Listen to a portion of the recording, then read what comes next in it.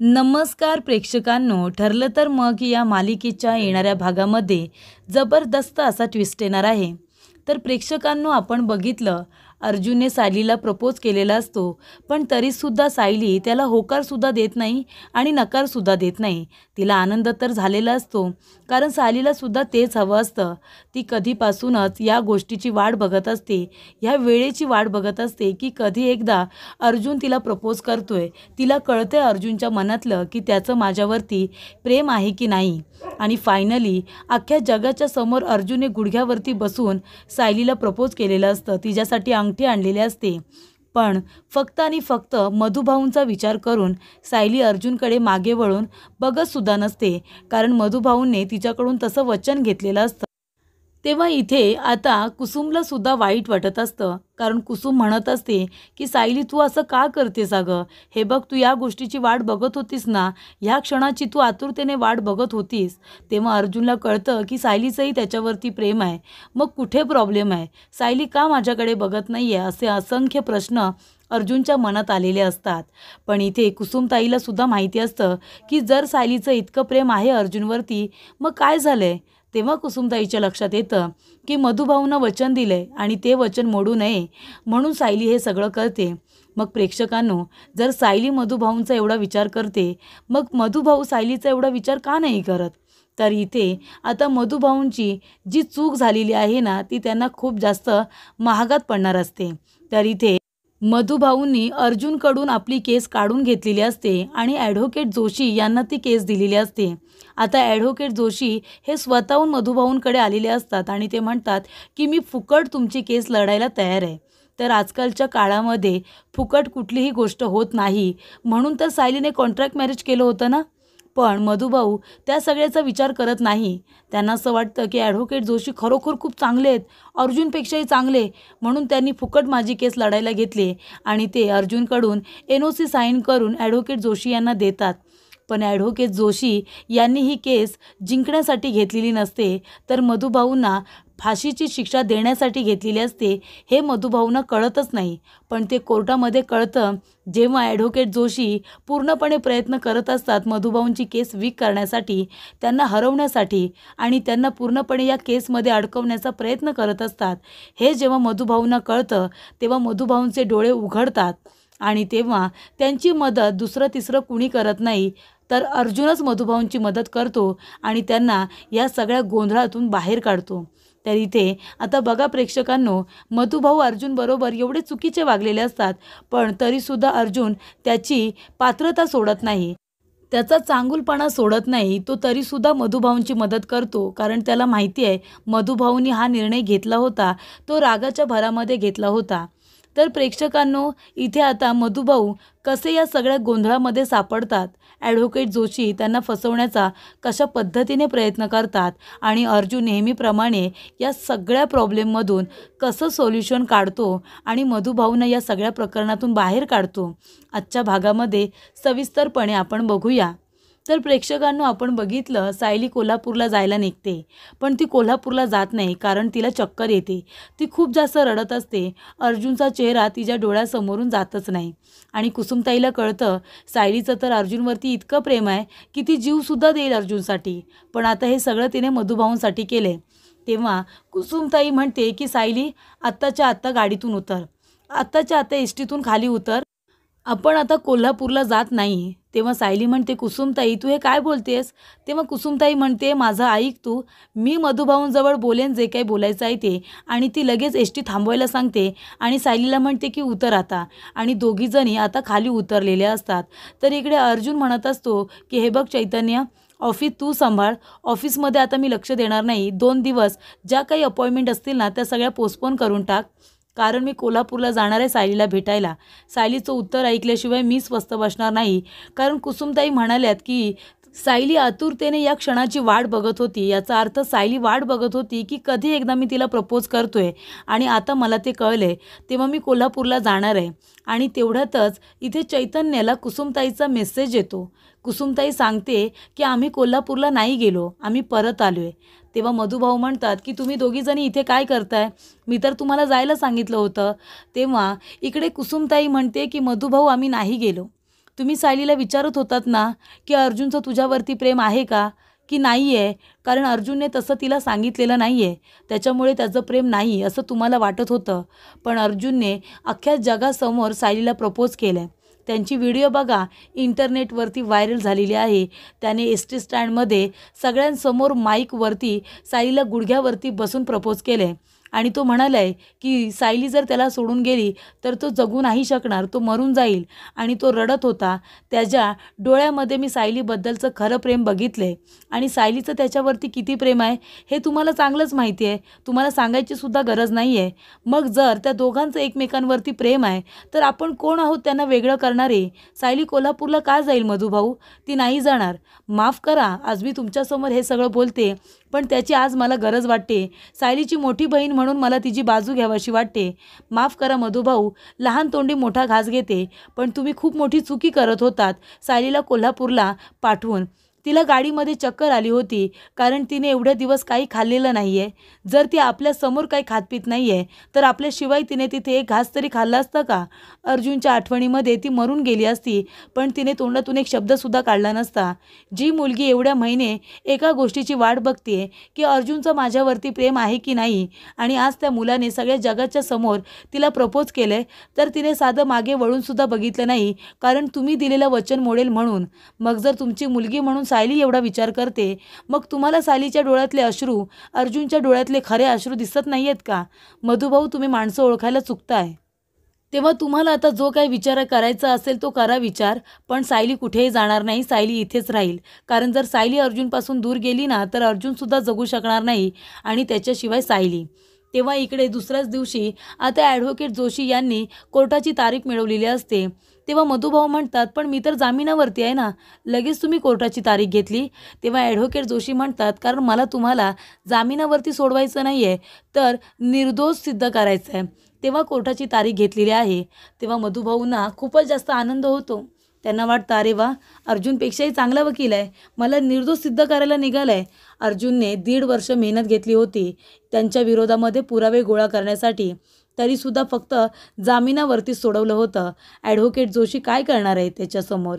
तेव्हा इथे मधुभाऊ आता कोर्टामध्ये जाणार असतात. अर्जुन आणि चैतन्याला सुद्धा ही गोष्ट कळते.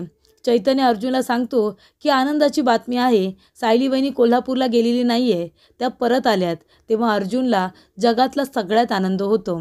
आणि त्याचबरोबर चैतन्य म्हणतो की अजून एक बातमी कळली, आणि ती म्हणजे त्या ॲडव्होकेट जोशी याने उद्याचीच कोर्टामध्ये तारीख ठेवली. काय माहिती काय करणार आहे? तेव्हा अर्जुन म्हणतो, ठीक आहे, आपण सुद्धा जाऊ तिथे आणि बघू ॲडव्होकेट जोशी काय करतोय ते. त्याच्यानंतरला इथे सायली आणि कुसुमताईसुद्धा कोर्टामध्ये यायला निघतात. तेव्हा मधुभाऊ म्हणतात की नाही, तुम्ही दोघीजणी येऊ नका, त्याची काही गरज नाही आहे. ॲडव्होकेट जोशी आहेत ना, ते मला निर्दोष सिद्ध करणार आहेत, असे पुरावे आहेत त्यांच्याकडे. तेव्हा सायली म्हणते की मधुभाऊ, जे काय बोलायचं आहे ते बोला, पण आम्हाला कोर्टात यायचं आहे, बघायचं आहे की ॲडव्होकेट जोशी तुमची केस कशी लढतायत ते. तेव्हा मधुभाऊ म्हणतात, बरं ठीक आहे चला. तेव्हा सायली आणि कुसुमताईसुद्धा आलेले असतात. पण अर्जुन आणि चैतन्य दोघेजण मुद्दामूनच आतमध्ये येत नाही. त्यांना बघायचं असतं की नक्की तिथे ॲडव्होकेट जोशी काय करतायत ते. तेव्हा अर्जुन तिथे आलेला असतो, पण तो आपला चेहरा काही दाखवायला तयार नसतो. तो मागे येऊन बसलेला असतो आणि चैतन्यसुद्धा त्याच्याबरोबर असतो. तर इथे आता केसला सुरुवात होते. तर आता ॲडव्होकेट जोशी यांनी असे पुरावे सादर करायला हवे होते ज्याच्यावरून हे सिद्ध होणार असतं की मधुभाऊ निर्दोष आहेत.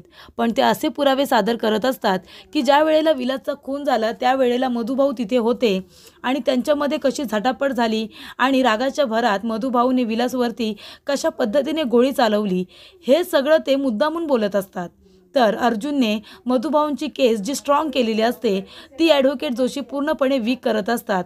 आणि जे काही ते लढत असतात ते जास्त साक्षीच्या बाजूने लढत असतात. साक्षी कशी निर्दोष आहे हे सिद्ध करण्याचा प्रयत्न करत असतात. तेव्हा इकडे आता महिपत आणि साक्षी दोघेही खूप जास्त आनंदात असतात, कारण ॲडव्होकेट जोशी यांना त्यांनी विकतच घेतलेलं असतं प्रेक्षकांनो. पण इथे मधुभाऊंच्या डोळ्यावरती आंधळेपणाची पट्टी असते, त्यांना खरं काय खोटं काय हे दिसतच नसतं. तेव्हा मधुभाऊ आता सायलीकडे बघायला लागतात आणि तेव्हा त्यांना आठवतं अर्जुन म्हणालेला असतो की दुसरं कुणालाही तुम्ही केस द्या, पण ॲडव्होकेट जोशी यांना नाही. तेव्हा इकडे आता सायली म्हणत असते की ॲडव्होकेट जोशी खोटं बोलतायत, हे सगळं खोटं, असं काही घडलेलंच नाही आहे. तेव्हा इकडे आता मधुभाऊंची तब्येत बिघडते आणि खरोखर बिघडते.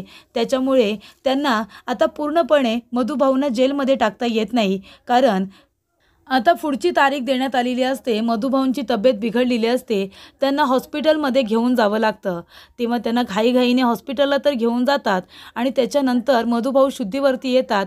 पण ते खूपच जास्त आता लाजत असतात, कारण त्यांनी जी चूक केलेली असते ना, ती त्यांना आता महागात पडत असते. मधुभाऊने खूपच जास्त रागामध्ये, जोमामध्ये अर्जुनकडून केस काढून घेतलेली असते.